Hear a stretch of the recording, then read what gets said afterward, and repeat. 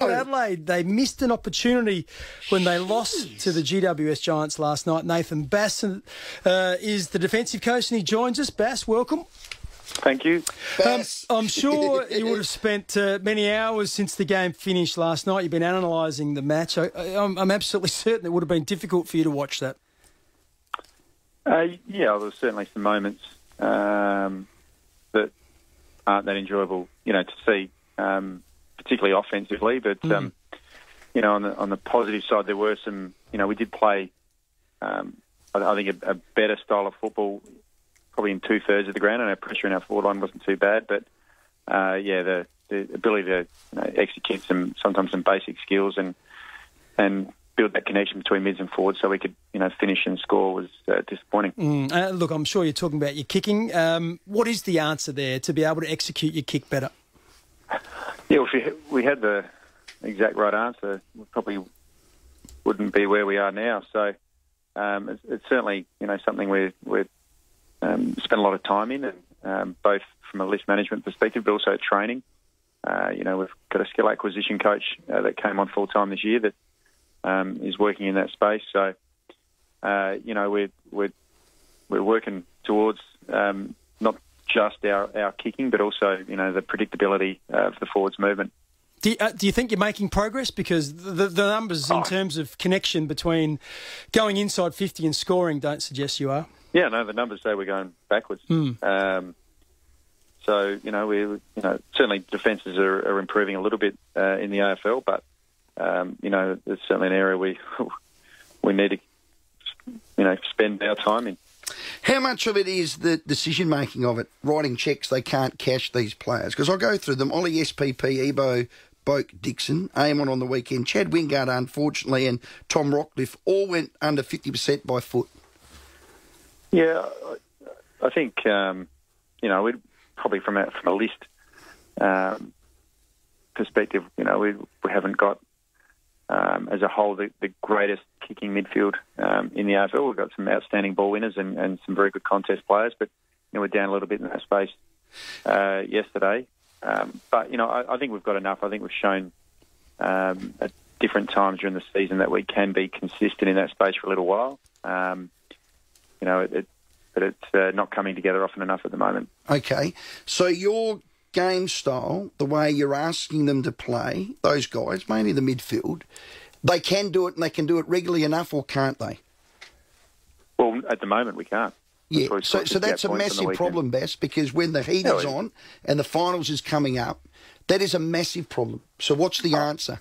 I think the positive when it comes to finals is it's very much about winning contest and continuing to win contest. Now, the short-term answer to our lack of score is probably there's not going to be any simple solution, and it's about us scoring more than what we are now. We probably don't need to be kicking 100 points a game, but we need to be kicking a lot more than 50 to 60 to win games. As a team defensively, we're holding up okay, but we're not making nearly enough of our opportunities. And to kick 8 goals, 10, and have another 9 shots on the weekend where we didn't even register a score. Yeah. We need to be more efficient than that. Bass, we spoke about, I don't think we did with you, I reckon it was with Ken on the Wednesday.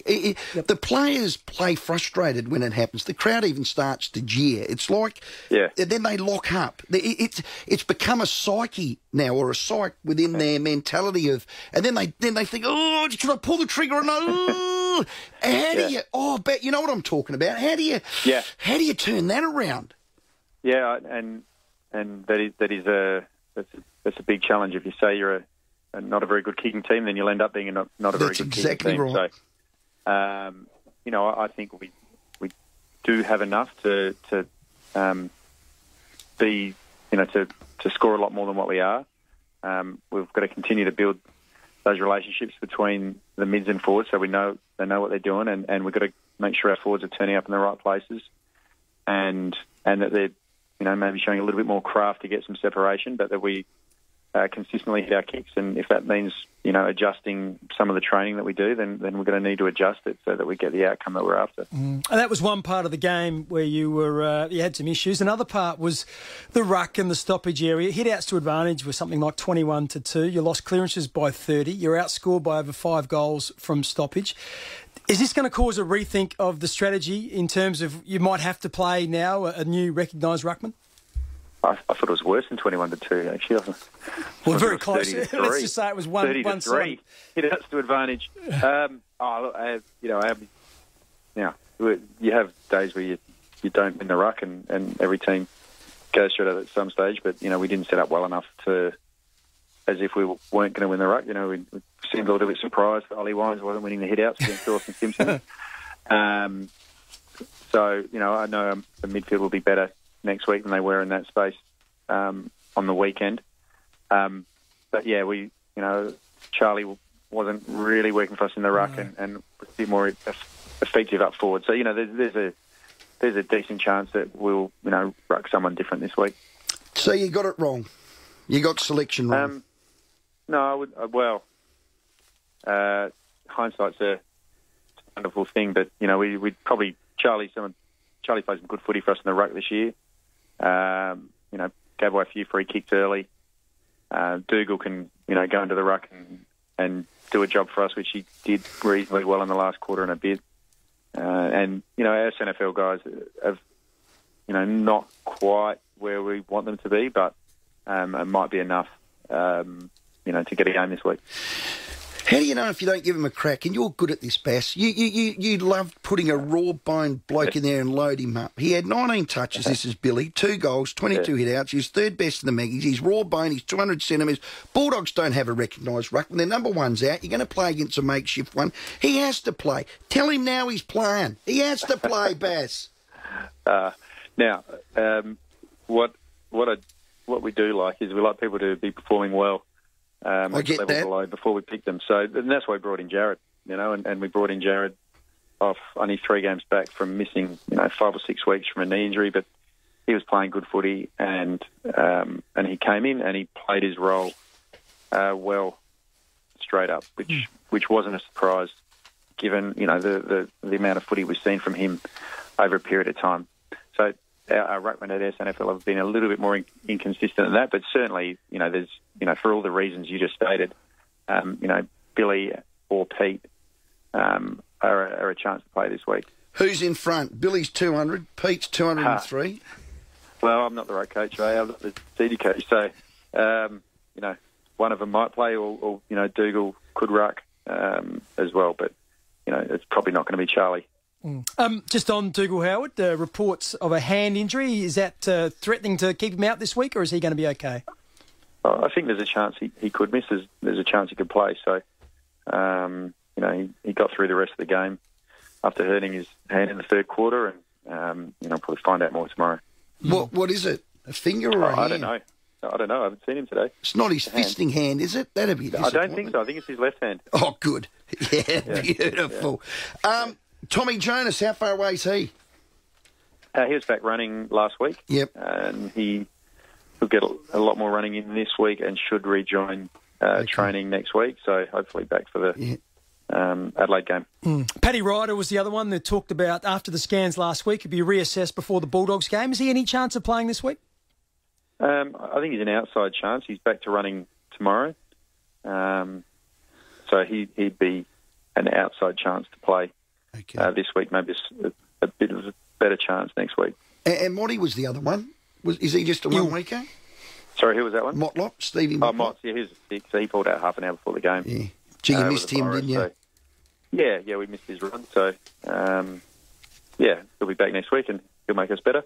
Just on the Giants, we looked at their midfield with Whitfield and Kelly and Shield, Cornelio, amongst others, Ward and Hopper. They are as good as any going around, and they look to have got it together over the last 4 or 5 weeks, and they're going to be a real threat to anyone.